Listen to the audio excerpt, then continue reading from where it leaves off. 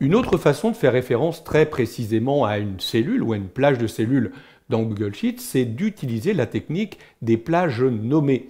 C'est exactement comme un adressage absolu, sauf que cette fois-ci, on va identifier très précisément une cellule ou une plage de cellules en lui donnant un nom. Et on utilisera le nom à l'intérieur de la formule de calcul. C'est très très souvent utilisé avec une technique qu'on appelle dans le jargon informatique la technique des paramètres. On va identifier une valeur qu'on va stocker dans une cellule, on va nommer cette cellule et réutiliser le nom, vous allez voir, directement dans la formule de calcul. Par exemple, ici, j'aimerais obtenir une commission que je vais donner à mes vendeurs en fonction du montant hors taxe réalisé pour chacun des produits. Cette commission, elle est de 2,35% du montant hors taxe. Alors vous voyez, 2,35%, c'est une valeur. On ne doit jamais la saisir dans une formule de calcul, sinon elle empêcherait l'application d'évoluer rapidement dans le temps. En règle générale, cette valeur, on la stocke dans une feuille. Regardez ici, cette feuille, je l'ai appelée paramètre. On la met souvent dans une feuille à part, parce que cette feuille-là, on aura l'occasion d'en reparler, on peut la masquer. Tout le monde ne doit pas pouvoir accéder à cette feuille de paramètres, qui est une feuille évidemment très importante.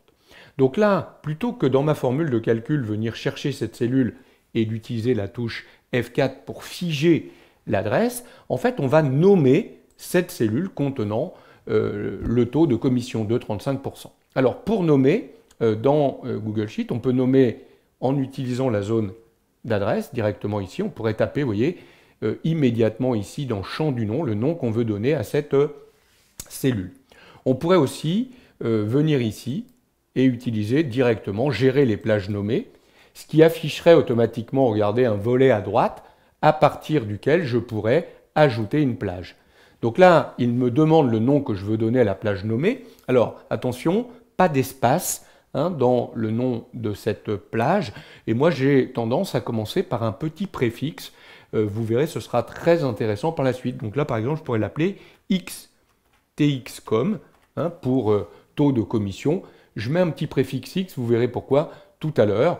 Moi, j'ai l'habitude, quand je crée un paramètre individuel, de commencer par un X, mais vous verrez quand je crée une table par un TB ou une liste par LST. Voilà.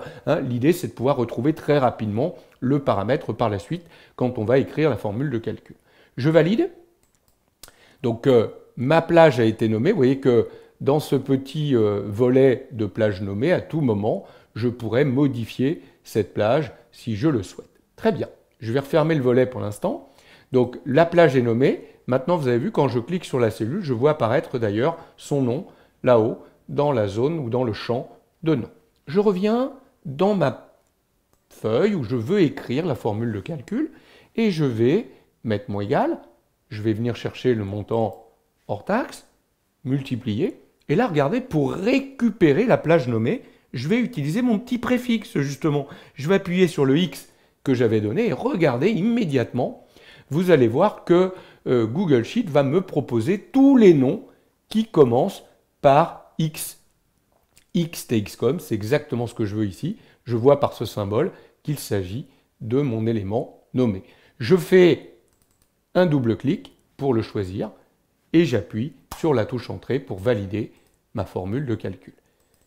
C'est fait. Je vous promets que si demain je change ici le taux de commission, par exemple je vais mettre 2,50, vous allez voir que immédiatement dans l'autre feuille, il a actualisé la formule de calcul.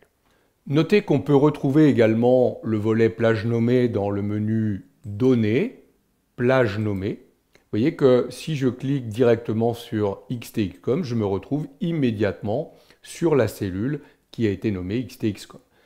On peut, si on veut, simplement en cliquant le petit bouton ici, modifier la plage nommée, donc son nom, ou la référence à la plage si elle n'est pas correcte. On pourrait évidemment supprimer également cette plage. Alors, on n'est pas obligé de nommer qu'une cellule unique, on pourrait nommer une plage de cellules. On pourrait par exemple nommer toute cette plage des prix unitaires, et donc si j'utilise une fonction somme de cette plage, je pourrais utiliser sans aucun problème le nom de plage nommée également. Donc voilà comment dans Google Sheet, on peut nommer une cellule ou une plage et réutiliser le nom dans une formule ou une fonction de calcul. En fait, quand on donne un nom à une cellule ou une plage, c'est comme si on utilisait de l'adressage absolu. On fait référence de façon précise à cette cellule ou à cette plage.